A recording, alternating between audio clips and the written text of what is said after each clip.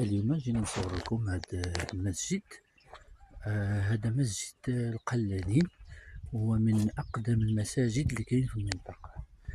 هذا المسجد هذا عنده سنين وسنين، جا في هذا الموضع، في هذه الطبيعة، في هذا المكان الجميل.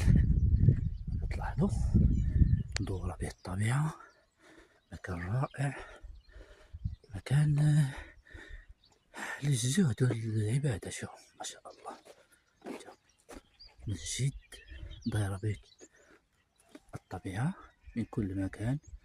شوف الطبيعة ما شاء الله جميلة جدا. مسجد القلانين هو من أعرق المساجد في هذه المنطقة هذه. هانتوما كتشوفوا ما شاء الله، هذه الفترة الصباحية وهذه الطبيعة الجميلة مع هذا المسجد الرائع الجميل بقبته القصيرة أو بصومعته القصيرة عفوا. أنتم تلاحظون ما شاء الله، اللهم بارك. هذه منطقة جميلة جدا، منطقة ذات مياه وذات أودية. لما تشوفوا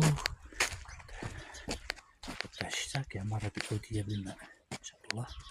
هانتوما كتشوفوا، اللهم بارك.